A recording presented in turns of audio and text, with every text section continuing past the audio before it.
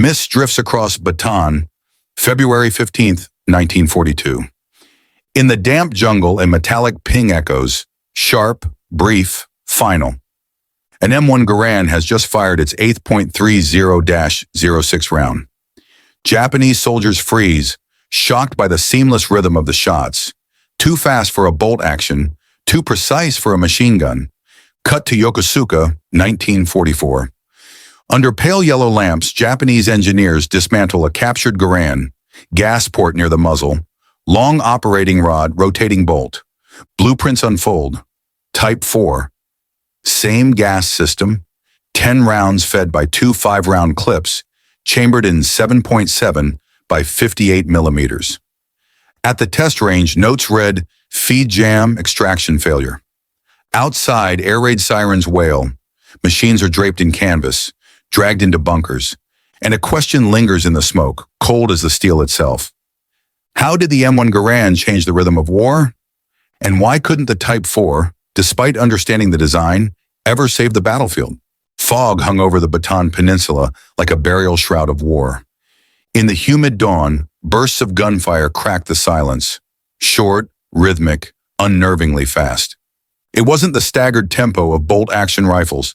It sounded like a machine gun, but it wasn't. It was the voice of the M1 Garand, the first semi-automatic rifle ever issued to an entire army. February 15th, 1942. At the southern front of Bataan, the last American units were still holding out against encircling Japanese forces. In a foxhole covered with banana leaves, Private Tommy Martinez, 20 years old, gripped his Garand. Each pull of the trigger sent a shock through his shoulder. The brass casing spun away. The bolt slammed forward again. Another round, another burst of defiance. Across the ravine, Sergeant Hiroshi Tanaka and his men advanced cautiously with Type 99 Arisaka rifles. Each shot required a full bolt cycle.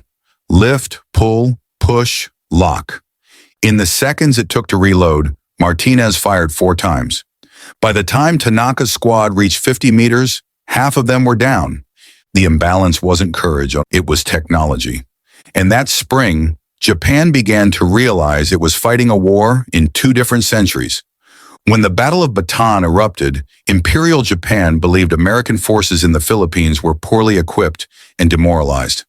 But reports from frontline officers painted a different picture.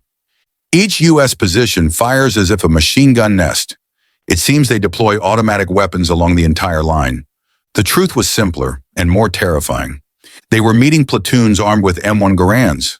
For American soldiers, the Garand was intuitive.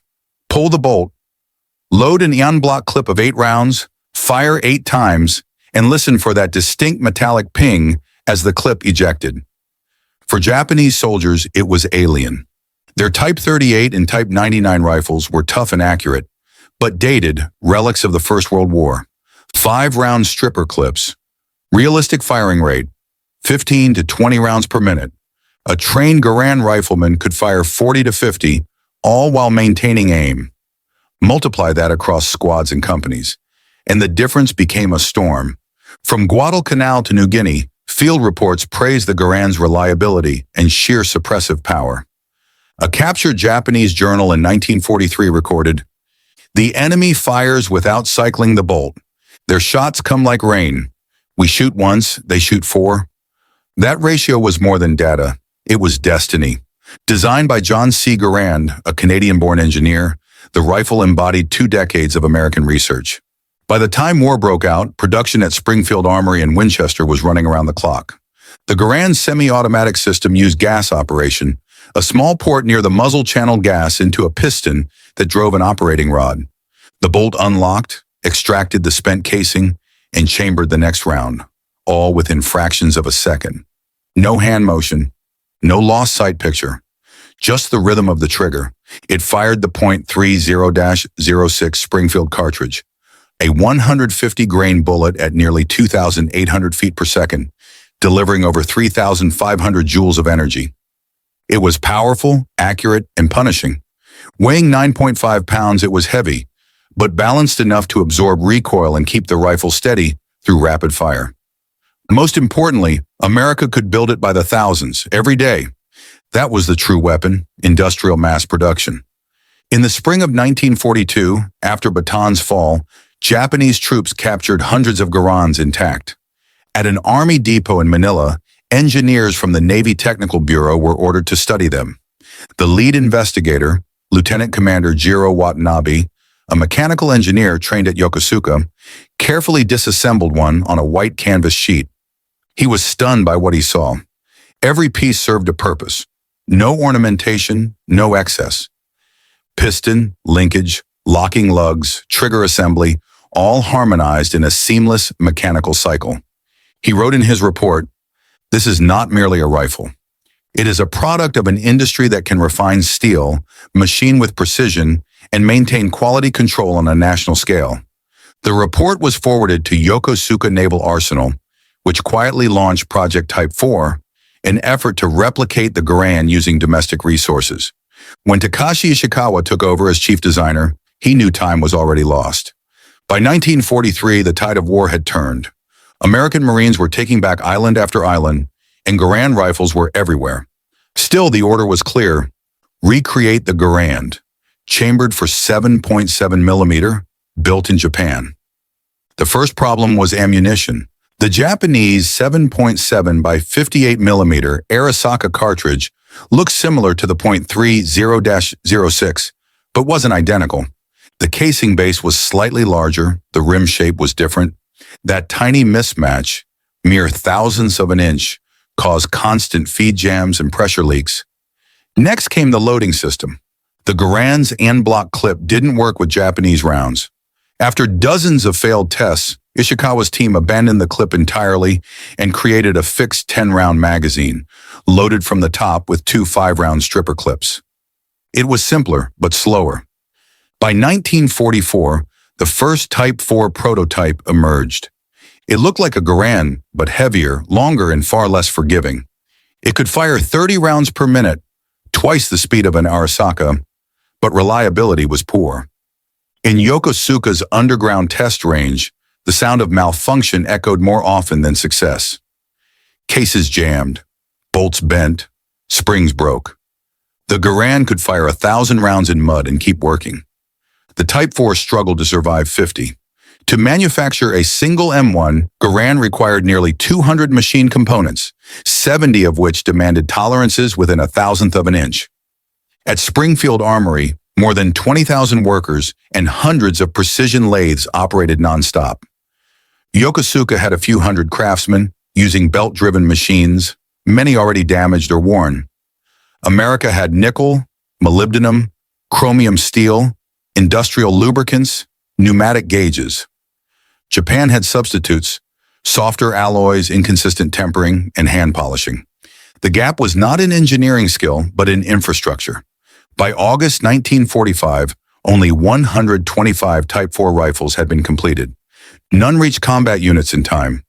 When U.S. bombers destroyed Yokosuka, most blueprints burned. Those recovered by Allied teams later ended up at Springfield Armory, where American engineers concluded they understood 90% of the Garand, but lacked the 10% of industry that made it possible.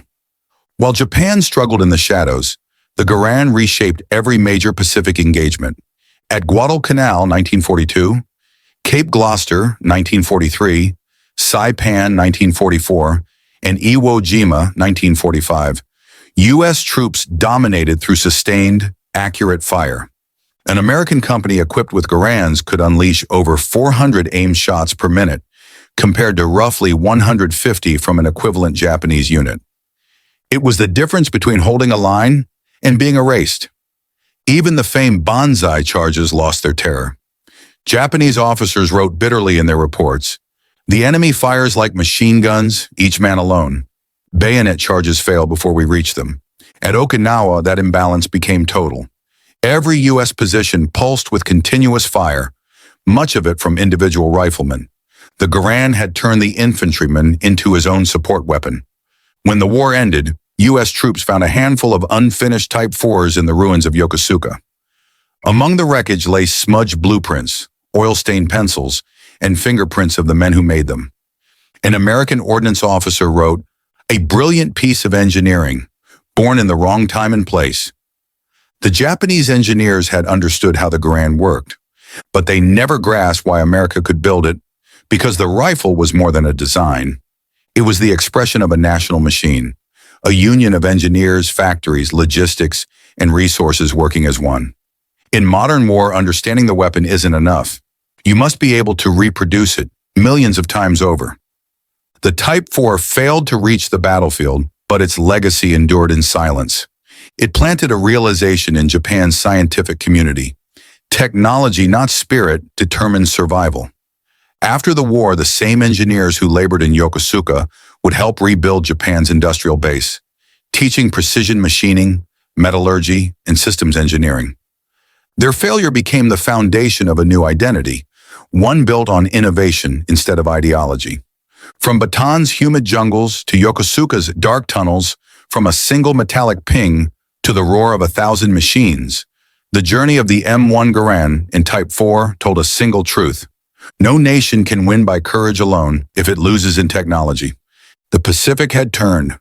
By mid-1943, the Japanese Empire was losing ground faster than it could recover. The Americans were no longer defending islands. They were taking them. Each beachhead became a laboratory for firepower, where the M1 Garand proved what the engineers in Yokosuka already feared, that technology could rewrite courage.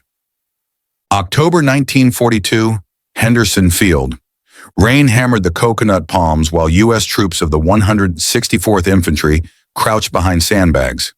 Across the dark field, thousands of Japanese soldiers prepared a coordinated night assault. When they charged, screaming "Banzai!" the Marines expected chaos. Instead, they heard something new, a rolling thunder of semi-automatic fire. Each M1 Garand barked 8 times in rapid rhythm, ejecting clips that pinged through the night air. The bolts cycled by gas, not by muscle. The sight picture never left the target. Within seconds, the jungle edge turned into a curtain of sparks. Japanese soldiers carrying Type 38 and Type 99 rifles fell in waves. Their weapons, accurate at long range, were useless in the black, tangled brush of Guadalcanal. The difference wasn't marksmanship, it was mechanics. For every bolt the Japanese cycled, an American fired 4 aimed shots.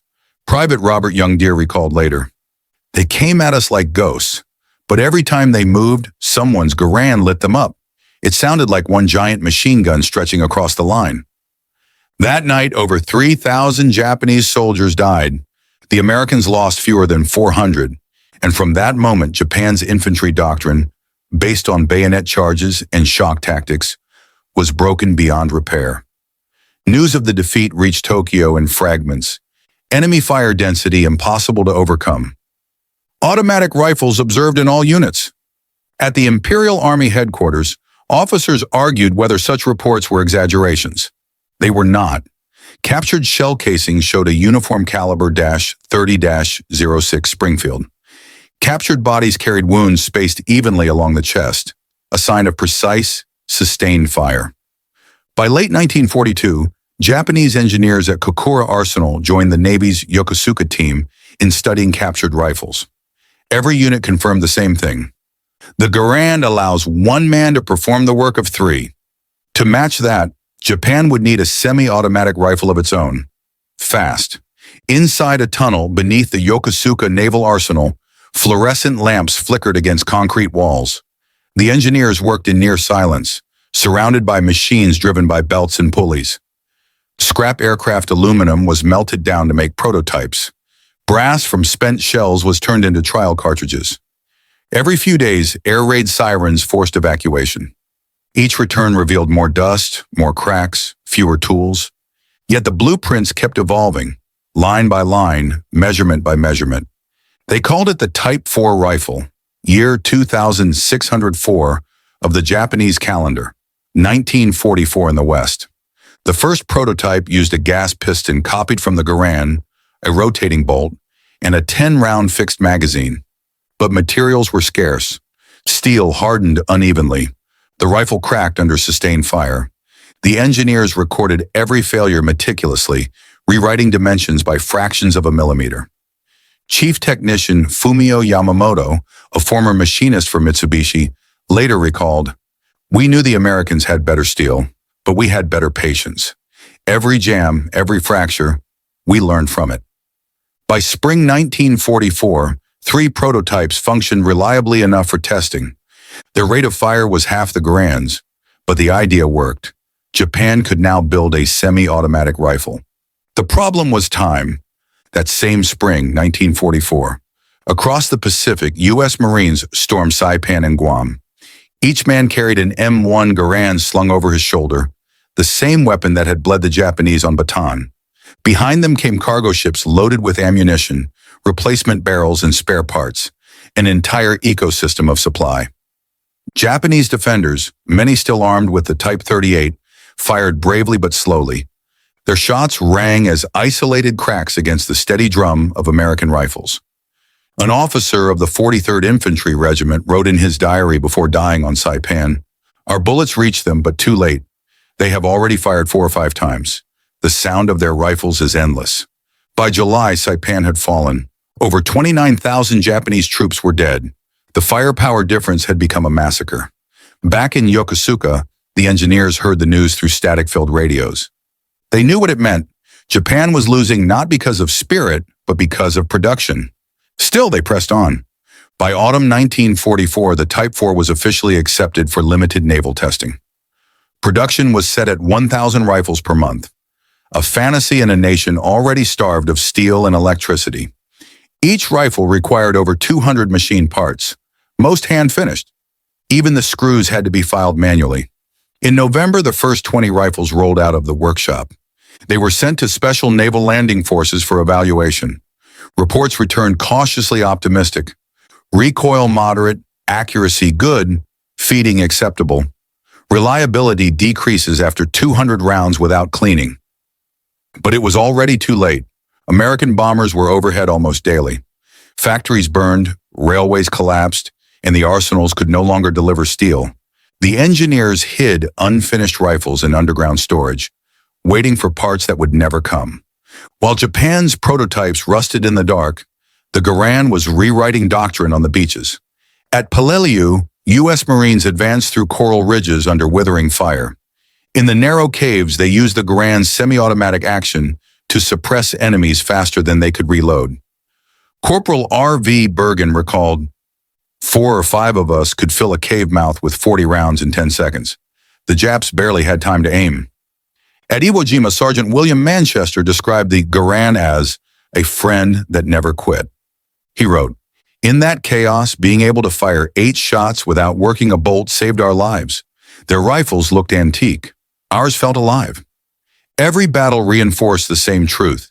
The Garand wasn't just a rifle, it was an industrial advantage in the hands of every soldier. By early 1945, Yokosuka was no longer a factory. It was a tomb. The ceiling shook with each bombing raid. Power flickered. Steel shipments stopped completely. The engineers switched to substitute alloys. Barrels warped after 100 rounds, bolts cracked, tolerances widened. Chief Inspector Koichi Yamada refused to sign the quality certificates. He was ordered to. He refused again. He wrote in his notebook, "A weapon that fails once is already a sin. To send it to battle would be treason." By June, fewer than 125 Type 4 rifles existed. Most never left the arsenal.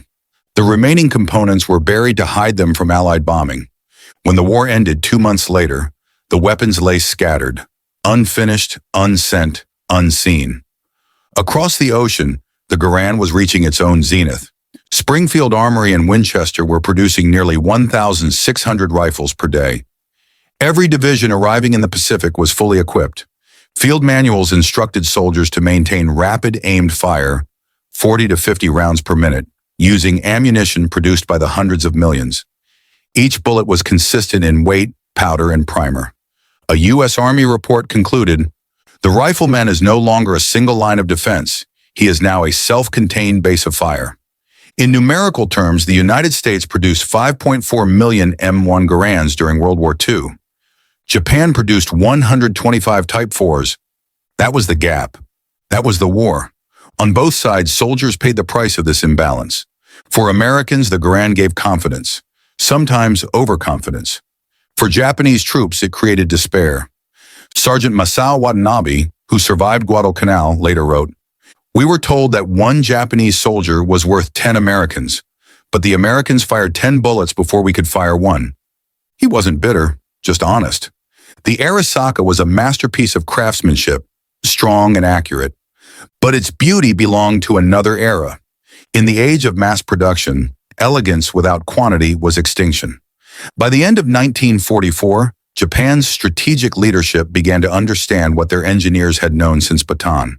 They could not outfight an enemy who could out-manufacture them.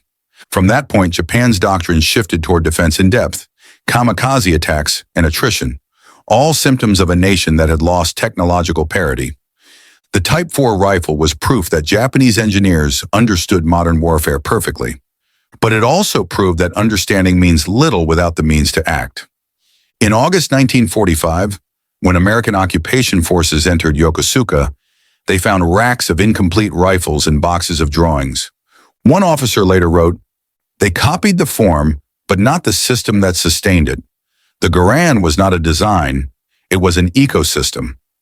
Those words define the new era that followed, because from that wreckage, Japan's engineers, many of them former weapons designers, would rebuild a new foundation for peace. The skills honed on the Type 4 would soon reappear in precision cameras, automobiles, and machine tools.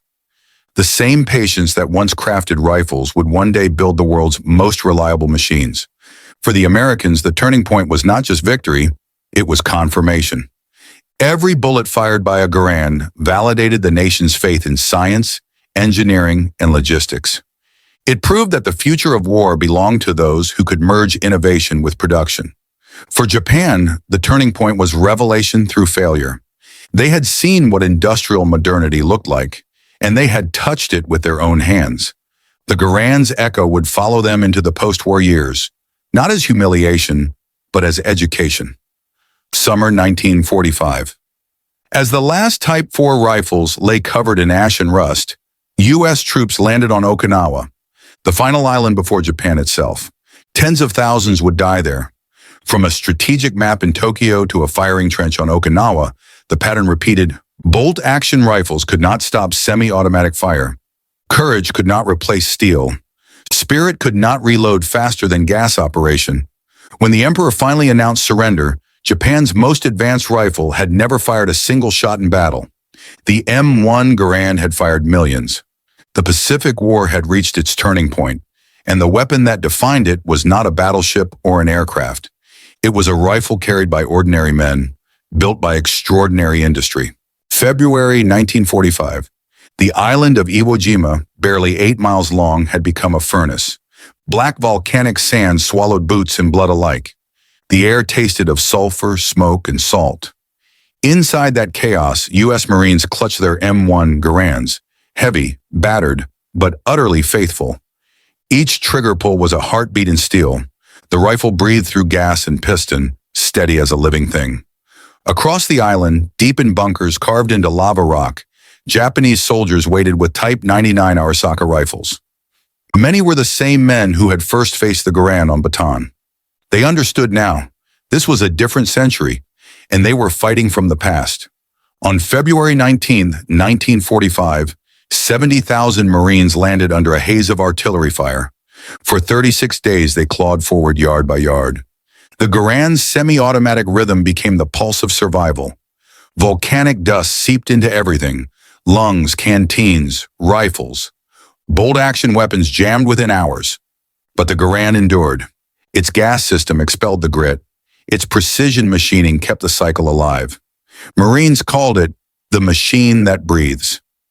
Private Harold Keller remembered, when the sand turned to mud, the Garand still fired. We stopped cleaning it. It just kept going. In the caves below Mount Suribachi, Lieutenant Masaru Kanda wrote in his log, "Our rifles overheat and seize. The enemy rifles never stop. Each sound of their fire is like a hammer breaking stone." By the time the American flag rose over Suribachi, the ground was a graveyard of shattered steel, Arisakas twisted, Garands blackened but functional. While Marines fought through ash, a quieter battle raged beneath the earth of Yokosuka Naval Arsenal. In tunnels lit by dim bulbs, Takashi Ishikawa and his team of exhausted engineers worked beside half-ruined machines. Their goal was madness: finished the Type 4 rifle before Japan collapsed. Every screw was handmade, every measurement guessed in candlelight. The engineers reused bearings from airplane factories, melted aluminum from wrecked Zero fighters. The air smelled of oil and fear. Above them, the city shook under American bombs. Ishikawa's diary read, "Each rifle now is a handmade artifact. No two are alike. We build not for victory, but for dignity." Posters on the wall bore fading ink. "Complete the gas system by June." They knew it was impossible, and they worked anyway. By March 1945, American strategy had shifted. No longer striking fleets, they bombed the factories themselves. The lifeblood of Japan's war machine became the front line. On March 9th, hundreds of B-29 superfortresses dropped incendiaries on Tokyo and the surrounding industrial belt. Yokosuka burned. Power failed. Workshops caved in. In the aftermath, machinist Fumio Yamamoto dragged damaged rifles from the rubble. Their receivers warped, bolts fused by heat. He refused to stop. He rewired a broken lathe using copper scavenged from radio coils. That night, Ishikawa gathered the survivors. Only 23 men left. He said quietly, "We no longer work for the emperor. We work for the craft." They moved the operation underground, surviving on rice and sweet potatoes. By May 1945, they finished one final prototype, a rifle that fired cleanly once. Then the power died again. April 1st, 1945, Operation Iceberg. 180,000 American troops landed on Okinawa. Opposing them were 120,000 Japanese defenders entrenched in limestone tunnels. For 82 days, the island became a slaughterhouse. The Garand dominated. Its 8-round rhythm echoed through rain and flame. Soldiers fought until the barrels glowed red, then cooled them in puddles and fired again. Corporal John Bryant wrote home, "The Garand feels alive. It kicks, it breathes, it keeps me from dying." In a bunker near Shuri, Lieutenant Saburo Tanaka received 2 experimental Type 4 rifles shipped from Yokosuka. He tested them under fire. They worked perfectly for a day. When American bombs sealed the tunnel, both rifles were buried with him. No one ever used them again. On Iwo Jima, soldiers burned in volcanic ash. At Yokosuka, engineers suffocated in their own futility. Both fought enemies they could not see, one of flesh, the other of circumstance. For the Marines, victory came at a price written in blood. For the engineers, honor came through endurance in darkness. By June 1945, Ishikawa buried the remaining blueprints in metal tubes, sealing them under concrete. He wrote one final line, "We have learned how they build, but we no longer have a country to build for." By July, Japan was breathless. Power grids destroyed, steel mills silent, trains derailed. The Navy reported total rifle production halted. The final Type 4 count, 125 units. The last message from the arsenal read, "Production impossible, facilities destroyed." Ishikawa closed his notebook and never opened it again. Then came August 6th, Hiroshima. A white flash erased the sky. Within 3 days, Nagasaki followed. The engineers didn't need a report to understand. The age of gunfire had ended in the light of a single bomb. When the Americans finally secured Iwo Jima, they discovered Japanese tunnels stacked with Arisaka rifles, each one rusted but carefully placed. A young officer noted, "They fought to the last round. They died with their rifles clean." At Springfield Armory, reports from Okinawa confirmed the opposite. Garands kept functioning despite mud, rain, and weeks without cleaning. The Ordnance Department began testing lighter prototypes, inspired by the Garand's success. What would become the M14? Technology marched forward, men did not. More than 6,000 Americans lay dead on Iwo Jima, 100,000 Japanese on Okinawa. Progress had no mercy. August 15th, 1945. The emperor's voice reached the nation. Japan would surrender. In the tunnels of Yokosuka, engineers emerged blinking into daylight. They carried their unfinished rifles, mute symbols of everything they had lost. 3 months later, American ordnance officers arrived. They cataloged every part, every drawing. One wrote, "Their workmanship was immaculate. Their circumstances, impossible." The surviving Type 4s were shipped to the United States for analysis. The rest were melted down. After the war, many of those same engineers found new homes in universities and factories. Ishikawa lectured at the Tokyo Institute of Technology on precision machining. Yamamoto joined Howa Machinery, later designing Japan's first post-war service rifle. Their notes on tolerances, heat treatment, and gas systems became the backbone of Japan's industrial renaissance.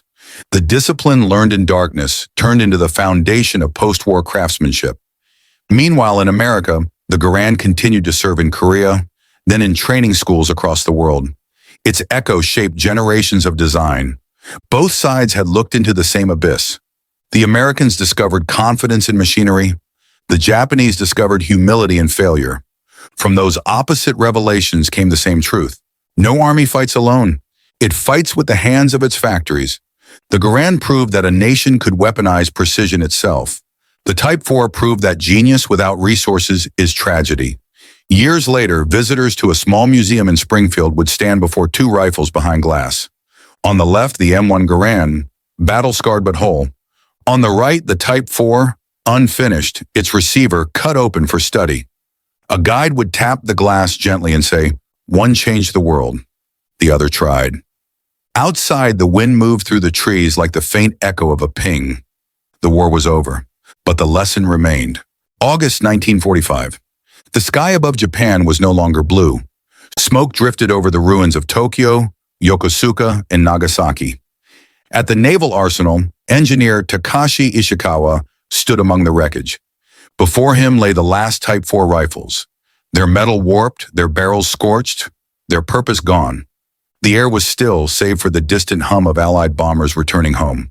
Across the Pacific, in Massachusetts, the assembly lines at Springfield Armory still clattered. Thousands of M1 Garands rolled from the conveyors each week, even as the war neared its end. For the United States, the rifle was more than a weapon. It was a signature of industry itself. At 8:15 a.m. on August 6th, a single bomb split the morning. For 1/10 of a second, there was light, then nothing. 70,000 people vanished in the silence that followed. 3 days later, Nagasaki burned the same way. When the news reached the engineers in Yokosuka, they said nothing.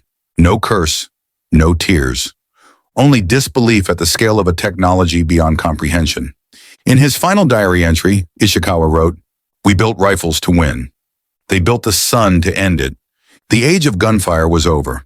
The age of annihilation had begun." September 2nd, 1945. The USS Missouri floated in Tokyo Bay beneath a gray sky. Representatives of the Empire signed the instrument of surrender on her deck. Below, rows of American Marines stood rigid, Garands shouldered, muzzles skyward. Symbols of precision, mass, and will. Hours later, U.S. ordnance officers marched through the gates of Yokosuka Arsenal. In dim storerooms, they found crates of rifles, racks of drawings, and fragments of half-finished dreams. Among them were roughly 80 Type 4s, their serial numbers uneven, their wood stocks hand-cut. One officer's report read, "The workmanship shows brilliance under hardship.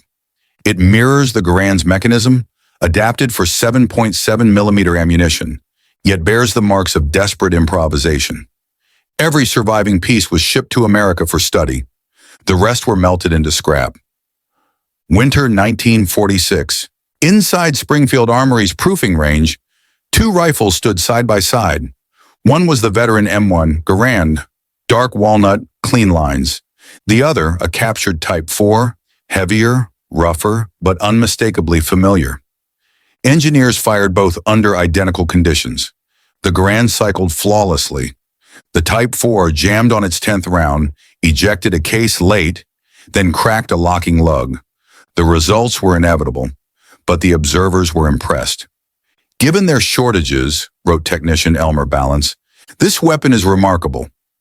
They grasped the principle, if not the process. Notes from the trial would later influence the experimental T-25 and T-44 programs, designs that evolved into the M14.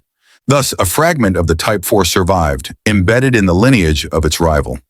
When the occupation began, Allied command dismantled Japan's war industry. Guns were banned, arsenals sealed, yet some engineers were retained, not to forge weapons, but to rebuild machinery for peace. In 1946, Ishikawa accepted a teaching post at the Tokyo Institute of Technology. He no longer spoke of rifles. He lectured on metallurgy, tolerance, and precision. His students would later power Japan's new age of engineering. By 1952, when the country regained limited sovereignty, former arsenal workers gathered under a new flag, Howa Machinery Company. Their first task, design a service rifle for a defensive army. They called it the Type 64. Its operating system drew directly from the Garand and Type 4 both. At its unveiling, veteran machinist Fumio Yamamoto said softly, "We failed with weapons of war. Perhaps we can succeed with weapons of peace." Meanwhile, the United States marched into the future with its old companion. From the beaches of Incheon to the frozen hills of Porkchop Hill, the M1 Garand thundered once more during the Korean War. Soldiers called it heavy, but they trusted it like breath itself. General George S. Patton had once declared, "The M1 Garand is the greatest battle implement ever devised." His words rang through every ordnance hall. The rifle was not perfection, it was reliability made flesh. Where the Type 4 symbolized desperate craftsmanship, the Garand represented organized precision, the strength of supply chains, factories, and logistics turning design into destiny. Side by side, the rifles told two stories. The Garand, born of abundance, measured in units of thousands per day. The Type 4, born of scarcity, each one unique, each a quiet act of defiance. Neither rifle was evil nor noble. They were reflections of the societies that built them. One industrial, collective, efficient, the other artisanal, individual, proud, both human. A decade later in 1955, Ishikawa addressed a conference of engineers in Tokyo. White-haired and soft-spoken, he stood before a blackboard crowded with formulas. He said, "We once believed power came from weapons. Now we know it comes from systems. The rifle is not the strength of a nation, its factories are." In the audience, a young design student scribbled a note. "Technology has no morals. People do." That line became a quiet creed for post-war Japanese industry. By 1958, in Springfield's museum, two relics rested under glass. The M1 Garand, well-oiled, bearing scratches from Normandy and Okinawa. The Type 4, its wood cracked, receiver cut open for study. Between them hung a plaque, "Two paths toward the same dream." Visitors stared at their symmetry. Two rifles almost identical in shape, divided only by the story of the hands that made them. One forged by an empire in its rise, the other by an empire in its fall. Both silent now. Both reminders that ingenuity alone cannot survive without purpose. In 1960, the Garand finally stepped aside for the M14, but it refused to die. Hundreds of thousands were sent to allies across the world, to Greece, Italy, the Philippines, and Korea. Even decades later, the metallic ping of its clip could still be heard on distant firing ranges. The Type 4, meanwhile, vanished into archives and private collections. Fewer than 20 examples remain today. Each bears the scars of a nation's last attempt to match the modern age. World War II had begun as a contest of empires and ended as a test of organization. The United States triumphed not through heroism alone, but through its ability to turn design into production, concept into quantity, steel into certainty. Japan lost not for lack of intelligence or courage, but for believing that determination could replace supply. The Garand and Type 4 stand as mirror images of that truth. One, a success of systems, the other, a monument to isolation. Yet from defeat grew understanding. In the decades that followed, Japan would become a master of precision manufacturing. Cameras, automobiles, microchips. It learned to win by the very science it once lacked. Springfield, 1972. A group of students gathered before the glass case. Their guide, an aging veteran, tapped gently on the display.